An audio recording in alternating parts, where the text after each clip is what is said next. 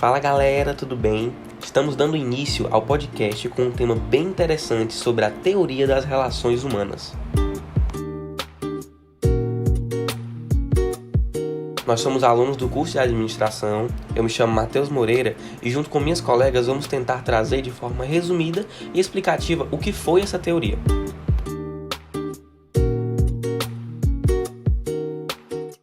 Para dar início na nossa conversa e no nosso conteúdo, a gente vai ter que voltar lá para o ano de 1929, época aquela que teve uma grande crise econômica que ficou conhecida como a Grande Depressão. E foi um período que teve uma grande taxa de desemprego nos Estados Unidos. Então, um fulaninho chamado George Elton Mayon, que era um professor, psicólogo e também pesquisador das organizações naquela época, viu uma grande necessidade de ter que estudar as pessoas dentro do ambiente profissional. Pessoas essas que, de acordo com outras teorias da administração, eram vistas realmente como máquinas para fazer aquele trabalho repetitivo e monótono e não terem reconhecimento nenhum.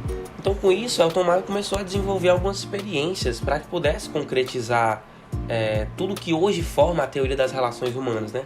Inclusive, uma dessas experiências foi a que deu o pontapé inicial para os estudos, que foi a de Hawthorne. Daqui a pouquinho a Vitória vai explicar direitinho como que foi, quais foram as contribuições, quais foram as fases dessa experiência.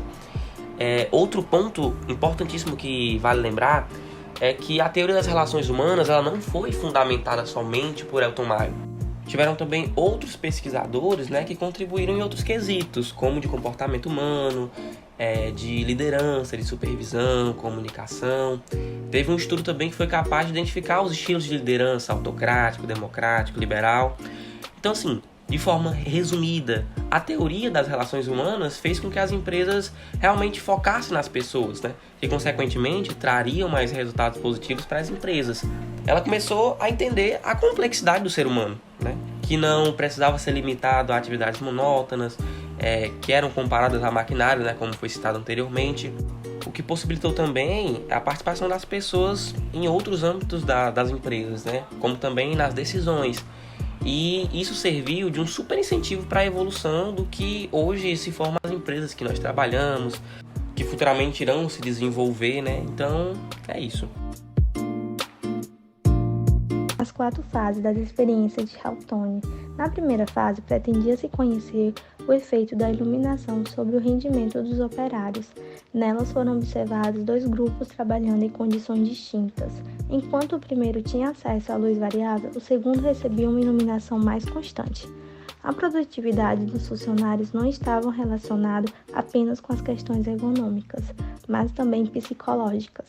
Elas precisavam de atenção. Com esses resultados, eles partiram para a segunda fase do experimento. A segunda fase foi da sala de montagem de relés, montado por 5 moças, com o resultado dessa fase de pesquisa que demonstrou o desempenho das operárias estava relacionado à melhoria do relacionamento entre elas, um ambiente de trabalho, aprimoramento do trabalho em equipe e o desenvolvimento de liderança. Nesse grupo, o ambiente era mais agradável. As funcionárias construíram uma relação de amizade e um sentimento de colaboração e empatia. Na terceira fase, foram analisadas as atitudes dos grupos 1 e 2 e as atitudes das 5 moças que montavam relés. Preocupados com essas diferenças, os pesquisadores passaram a se fixar melhor nas relações humanas no ambiente de trabalho e com um programa de entrevista que tinha por objetivo receber o feedback dos funcionários. Na quarta fase, foi a análise da organização informal dos operários, que o grupo informal influenciava o grupo formal, ou seja, a união e a solidariedade do grupo informal determinavam qual o ritmo de trabalho do operário e a sua colaboração para a organização. As 3 principais características da teoria das relações humanas são: o ser humano não pode ser reduzido a um ser cujo comportamento é simples e mecânico. O homem é ao mesmo tempo guiado pelo sistema social e pelas demandas de ordem biológica. E todos os homens possuem necessidades de segurança, afeto, aprovação social, prestígio e autorrealização. Algumas outras características dessa teoria são: o nível de produção é resultante da integração social. Também, a capacidade física não terá eficiência se o indivíduo sofrer desajuste social. A teoria também enfatiza o comportamento social dos indivíduos, em que o comportamento do indivíduo se apoia totalmente no grupo, e recompensas ou sanções sociais, onde o operário que produzir acima ou abaixo do grupo perderia o respeito perante seus colegas. Também temos os grupos informais, que são os que definem suas próprias normas dentro do grupo, e as relações humanas, que são ações e atitudes desenvolvidas pelo contato entre pessoas e grupos. Também, nessa teoria, tem a importância do conteúdo do cargo. Trabalhos simples e repetitivos tornam-se monótonos e cansativos, reduzindo a eficiência.